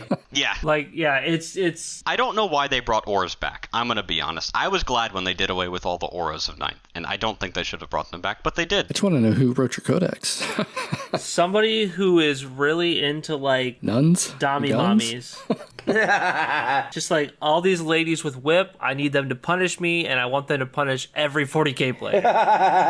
The next 2 stratagems, so your detachment is making you use twice as many miracle dice, and the next 2 stratagems are ways to get these miracle dice back. So 1 CP in the shooting or fight phase, you get +1 AP, and if you kill a single model, you get a miracle dice. 1 CP +1 AP on anything you want is good. And then Faith and Fury, 1 CP, your unit gets Lance, and if it kills a single model, you get a miracle dice. I like +1 to wound. Not unit, model. It's like, why? They could have made it unit, and I still would have been fine, because the strats are good. They're 1 CP. Okay, there's 24 strats across 4 detachments. The only one that's 2 CP is Fight on Death, and I would pay 2 CP for auto Fight on Death. The only better Fight on Death is the Orc Fight on Death on a 3+. For 1 CP, yes. Agreed. The last stratagem is Angelic Descent. It gives you uppy downy on your jump packs. So 1 CP, you can put Zephyrim or Seraphim back into Deep Strike. Always a great thing to do. And that's it. Didn't you say like they need one? That's it, you know. Pretty light work codex, nothing major. I mean, it's only 4 total detachments, so it's not a big deal, right? Oh man, it is. Sisters are going to be eating good once this is out. I really got to see the MFM and whatever fact they put out in like a week and a half for this, because I would imagine the points go up because the detachment rules are really strong and they buffed a bunch of data sheets. Similar to Tau, I would expect the points to go up because they know they're giving them better rules. But even still, if it's not heinously overcosted, the detachments are going to see play. Just like the way Sisters are designed to work with a bunch of dice manipulation and cheapish units and skirmishing and moving fast, they're just designed to play 40k well right now. Or they could treat you like Admech and just not really give you any touching for like 6 months and leave it as is. I don't know if I'd be okay with that or not, actually. I don't like it when my armies are OP. I like it when they're balanced. You will be the new Eldari. I was the old Eldari. So GSC, we did get 1 more detachment than you, yay, although it doesn't really matter. There are a couple of things. So one thing, the armor rules changed. Battle line units don't get that bonus to coming back anymore. It's just a straight 5+ unless it's battle rounds 1 and 2, and then you add 1 to that, but you don't add the extra 1 for it being a battle line unit. So that is a straight nerf. Well, GSC were dominating the meta, so I get it. Are you being sarcastic? Yes, I am. Okay. I was about to say, I just checked and I'm pretty sure they weren't. They're doing okay. A lot of this feels reactive for when they were 60+% win rate. Like, this was written at the time that they and Eldari were just blowing everybody out of the water, except, you know, theirs stayed where Sisters just got, like, insanely buffed. Because, I mean, they ate strength cuts, damage cuts, attack cuts pretty much across the board on a lot of models, to the point that I expect points drops for most of these units to make up for some of the damage and strength loss to a lot of these models. That said, the detachments are fairly flavorful. Like, I'm going to start with Biosantic Brood Surge first. This is the World Aegis version of GC, basically. So you get to add 1 to the charge rolls made for Aberrants, Biophagus, and Pure Strain Gene Stealers. In addition, each time that unit is selected to fight, if it made a charge move, you can add 1 to the attack's characteristics of that melee weapon equipped by models in that unit. So, I mean, this is big burly boys just charging up the field. This is probably the detachment I'm going to play first. I'll have 20 Aberrants, I will have 20 Gene Stealers, and then just a mishmash of other stuff. And I'm just going to run up the board and just try to slaughter you with stuff that's not shooting. Muscle Muscle Beach. It is Muscle Beach. That is what it's going for. That's probably better than the World Eaters version because +1 to charge is usually better than +1 strength because very rarely does +1 strength hit a breakpoint. Yeah, it'll be nice being able to make that 8-inch charge. +1 strength is nice, but getting to fight is better than not getting to fight. So anything to make you fight easier, like even just 8 inches straight out of reserves is nice. So the enhancements are decent. There's one that's iffy, but I think the rest are decent. So you have predatory instincts. And again, most of these enhancements are pretty much all going to be just applicable to Abominants, Biophagus, or Patriarch models. Although I will say Biophagus can be taken in other units other than Abominant. So it gives you a little play there, like you can attach them to other units. But predatory instincts, it's for the model only. Models in this bearer's unit have the infiltrator's ability, and once per battle round, you can target the bearer's unit with a heroic intervention stratagem for 0 CP, and you can do so even if you've already targeted that unit with a different stratagem in this phase. So that one's not bad. Infiltrator is really nice, especially for an army that doesn't have a ton of it. Especially because Aberrants don't have a transport they can go in, right? Yeah, I don't think they go in trucks or Ridge Runners, which are the only 2 real transports. So getting those in board position early just through infiltrating is really good for them. Yep. Next up is Biomorph Adaptation. So again, Abominant or Patriarch model only. You can improve the AP and damage characteristics of melee weapons equipped by that bearer by 1, which is honestly really nice because that'll give you a good breakpoint for AP, and extra damage is extra damage. And then we have Mutagenic Regeneration. So again, Abominant, Biophagus, or Patriarch. In each command phase, 1 model in the bearer's unit regains 1 lost wound. I mean, it's okay. It's not one I'm probably going to be paying for, but it's okay. And then Alien Majesty is also all right. Again, Abominant, Biophagus, Patriarch. While enemy unit is within engagement range of the bearer's unit, subtract 1 from the OC characteristics of models in the enemy unit to a minimum of 1. So you can't make them go OC 0, but you can drop them from OC 1 to 2, and you can position yourself to hold points better that way. I mean, it just, it's okay, but again, I'm not sure, depending on points, that'll be one I take. Yeah, that seems like the worst one for sure. I mean, Mutagenic Regeneration is not spectacular either, but the other 2 are kind of bangers. Going into stratagems, we have Evasive Vanguard. So basically, Pure Strain Gene Stealers specifically. Select 1 of those Cold Ambush markers like you already have on the board. You can move that Cold Ambush marker up to 6 inches. If that marker is still within 9 inches of 1 or more enemy units, it is removed from the battlefield. Otherwise, until the end of your battle, you can only select Pure Strain Gene Stealer units from your army to be set up using the Cold Ambush marker, which is nice. It's a strategic ploy, 1 CP. It's definitely usable. Then you have Hypermetabolic Vigor. Again, Aberrants, Biophagus, Pure Strains. Until the end of your phase, each time a model in your unit makes a pile-in or consolidation move, it can move 6 inches instead of up to 3 inches. In addition, it does not need to end the move closer to the closest enemy model, provided it ends as close as possible to the closest enemy unit. That one seems like it's going to be very much worth it. I will happily pay 1 CP for that. Yeah, I mean, 6-inch pile-in is really good. Especially when you have a whole bunch of Muscle Beach Boys and, forearm Pure Strains coming at you. And you got a guy with a sign just ready to hit you. Saintly Paroxysm. So this is targeting Gene Stealer Cult's character models. The target is a character model that was destroyed. You can use the stratagem on a model even though it was just destroyed. The effect is roll a d6 on a 2+. The enemy unit suffers d3 mortal wounds. If that character model is an Abominant or Patriarch, the enemy unit can suffer 2d3 mortal wounds instead. So you just killed a character, here, have some mortal wounds. I kind of think this should just be automatic. I don't know. For an Abominant and Patriarch, depending on how much they cost, if they drop in points, I could see it not just being an auto-include, not being a part of the data sheet. No, I meant instead of, if you use a stratagem, you shouldn't have to roll a 2 up to make it do anything. You're already paying a CP for the stratagem, you know what I mean? Fair. At least it is a 2 up, though. Yeah, it's not on a 4+. You take some mortal wounds. It should honestly they should have just parodied the CSM one, from the the Fellhammer Siege Host, where you just grenade them basically. I think that stratagem is very well thought out, and then just give the Abominant or Patriarch more dice. Yeah, the GSC codex as a whole is very mid compared to a few of the codexes that have come out. I don't think it's necessarily bad, but I do think it's very middling based on the changes they put there. So I'm curious to see what gets played, what attachments are the hits. I already have a couple of ideas, and just to see how well it does, because I think from start, our win rate's going to drop pretty low. But as people figure out the detachments and the best way to play it, it's going to go back up to at least probably 50, I would think. And Stimulated Bow Surge until the end of the phase. Each time your unit declares a charge. This one's one of my favorites, by the way. If the closest eligible enemy unit is selected as one of the targets of the charge, you add 1 to the charge roll for each selected target of that charge up to a maximum of 3. So you're to get +1 to your charge, pay this, get 2 more or 3 more depending, and just add 3 or 4 inches to your charge for 1 CP. It's not bad if you can position it right, especially if you're going for multi-charges. Yeah, like run into something,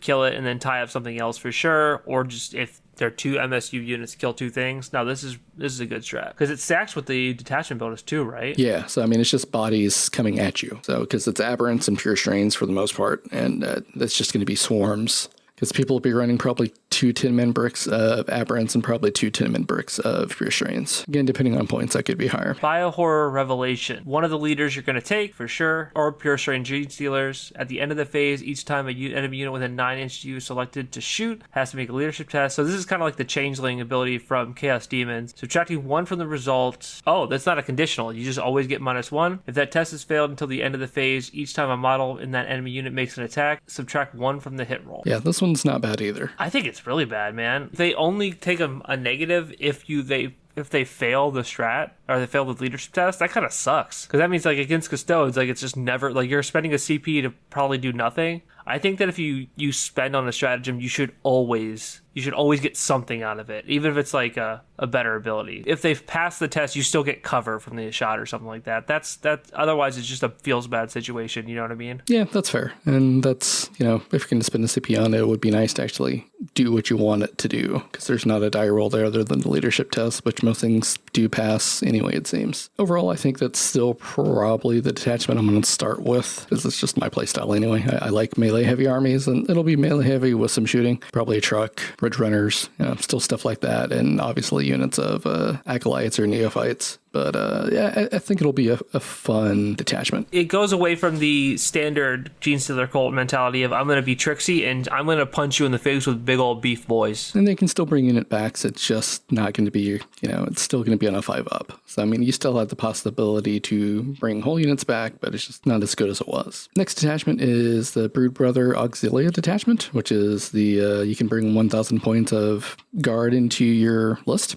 And you basically get crossfire, which isn't that great. And I still think it's kind of backwards. I think it should be the other way around, that your Gene Stealers attack. So let me read the roll. Each time a guard unit from your army is selected to shoot, you can select 1 enemy unit within 18 inches invisible to that unit. If you do, until the end of your phase, models in that Astra Militarum unit can only target that enemy unit, and only if it's an eligible target. And that enemy unit is caught in overlapping fire, which an enemy unit is caught in overlapping fire each time a Gene Stealer cult model from your army targets that enemy unit. So you add 1 to the hit roll for ranged attacks. I kind of feel that should be backwards. The Gene Stealer's cult model should select and fire on the target, and the guard model should get the additional hit roll, I think. Then it kind of feels like a betrayal, right? Like, oh, you're defending yourself against the GSC models, and then you see the guard coming up behind you to defend you, but they're shooting you too. I don't even think it'd be busted if it was just both. Like, if the GSC model shoots, they can nominate to put an overlapping fire. If the guard model shoots, they can do it. I think that's probably the best way to implement that to make the detachment work. As it is, I think it's kind of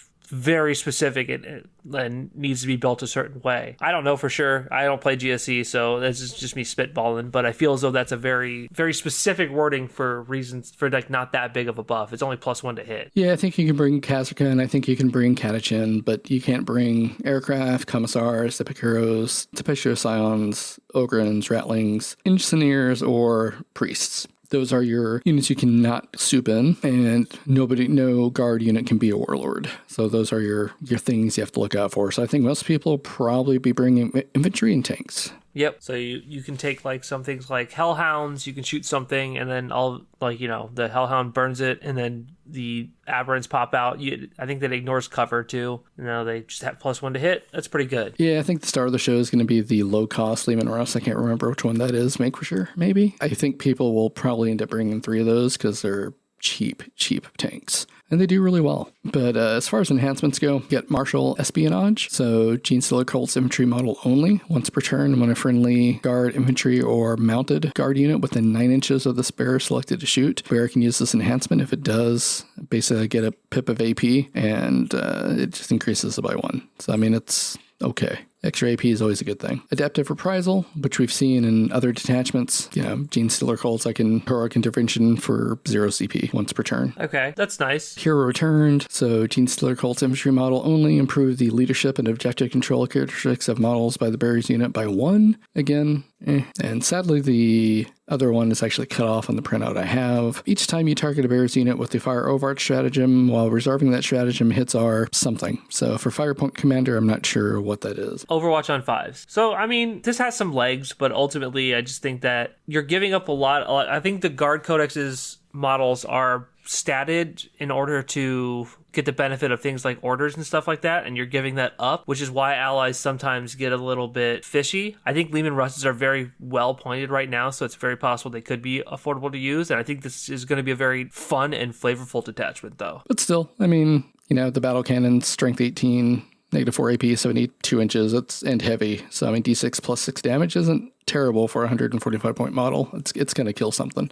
Yeah, it's an option. I think GSC, this is not the detachment you want to run competitively, just because I think that you're giving up a lot of your synergies in order to take this stuff for synergies that aren't super strong. Do they have any banger stratagems and stuff like that? So Shadow of Iron, select one of the cold ambush markers you set up, and you can basically move it. So it's a protect your cold ambush marker again for 1 CP, similar to the other one. Acceptable losses, select one enemy unit within engagement range of one or more Genestealer Colts units from your army. Until the end of the phase, your unit can make ranged attacks that target the enemy unit. If it does, after it's resolved those attacks, roll a d6, and for each of those Genestealer Cultist units on a 5+, the unit being rolled for suffers d3 plus 1 mortal wounds. So, I mean, you can definitely get some mortals off that way. Regimental reinforcements. This one selects an infantry unit. This can be used on guard as well. Roll a d6 on a 3+, units placed into Cult Ambush, and you can place the one Cult Ambush marker anywhere on the battlefield that is more than 9 inches horizontally away from all other enemy units. So, I mean, on a 50-50 dice roll, you can uppy down a unit. Yeah, I mean, once again, it's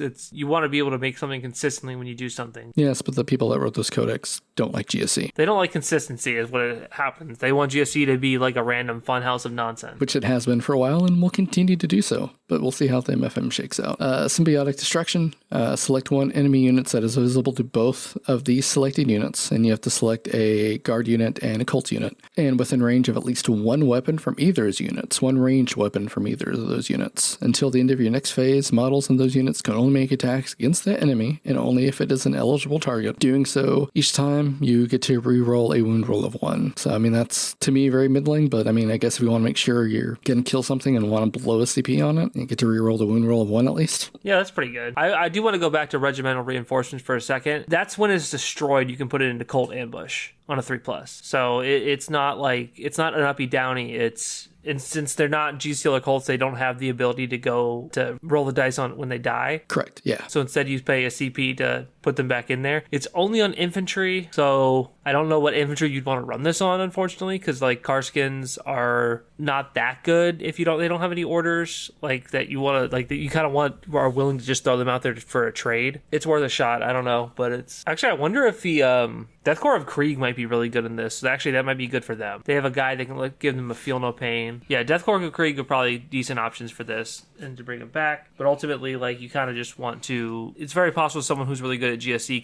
can strike a balance with this. But so one of the stratagems that I want to talk about is Dark Network. It's a reactive move, a little bit of a different flavor. It's usable by guard or Genestealer Colts, excluding vehicles. Lets them make a normal move of 6 inches after an enemy unit sets up from reserves within 12 inches of them. So that's pretty cool for stuff coming out of Deep Strike. You can definitely prevent a charge with that nice 6-inch reactive. If you can use it on a lone op too, you can just make it so you can't be shot, which is dope also. That's really good. So it's definitely one of the better strats in this book, but yeah, so it's, the guard one, like I said, I don't think it'll see much competitive play, but it is one I want to try. You could bring 2 Bane Blades. Why not? It's only 900 points. It's got 1,000 points to spare. It does seem fun. 2 Baneblades is goofy, but... I mean, I also brought 2 Cornsolder Skulls, so I mean, really not that, different. But hey, 2 Baneblades, that's 4 drops during deployment, too. It is. The last detachment I want to talk about, I'm going to skip Xenocreed Congregation. Well, I think it's probably going to be a good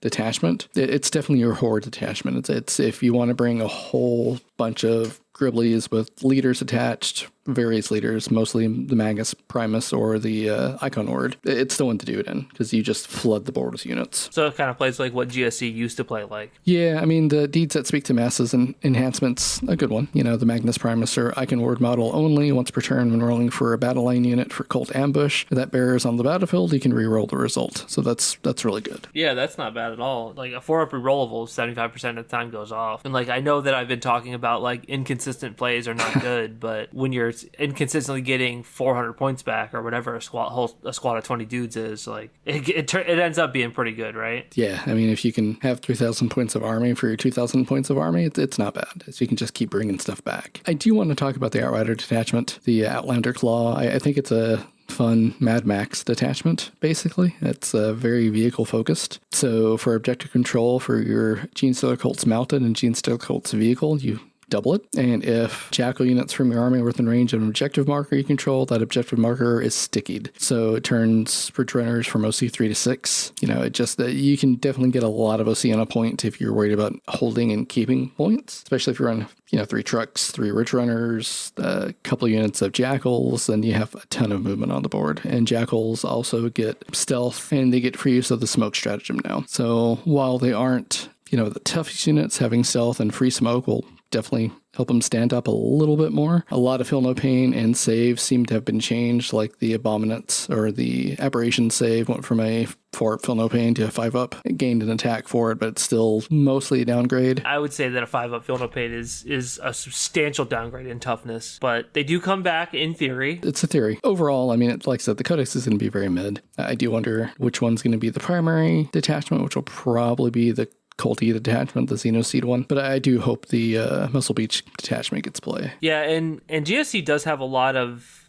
characters that just kind of do wonky stuff that it's very possible that one of these detachments can just pop off and just one of the GSC players that is really good finds a synergy with it, and just goes to town, and just this Codex ends up being crazy. GSC kind of in typical GSC fashion has a way of rising from the bottom of the stat check list to the top because someone finds a broken combo and all the GSC players come out. So, I mean, speaking of that, the Biophagus I have up now, so he can lead Aberrants. So if he's leading the unit, the Aberrants now have lethal hits, and once per battle, he can improve the attacks and damage characteristic by 3. So, I mean, you can do a once per battle pop with 10 Aberrants and just go to town. And you can also attach him if he's already attached to another model too. The Lieutenant Commander thing. Anti-infantry 2+ for damage D3 plus 3 damage weapon. I'll get something with a 2-up save that's not going to do very much, but against anything with a save that they just fail, that's probably going to hit pretty hard. But yeah, so I mean, there's lots of changes. GSC seems like they're still going to be a fun army, but I don't think this Codex is going to do them a lot of favors. Maybe some of the Tyranid players that are sad that their Spore Mines can no longer do actions will migrate to GSC. But yeah, this is definitely the loser of the Codex battle between Sisters. Sisters is super overtuned and cracked, but I honestly just don't know enough about GSC to know if there is something here lying just below the surface as GSC is wont to do. I think Xenocreed Congregation and Brood Surge, I think those are probably going to be the 2 winner detachments, honestly. So your Muscle Beach detachment, and then your just Colts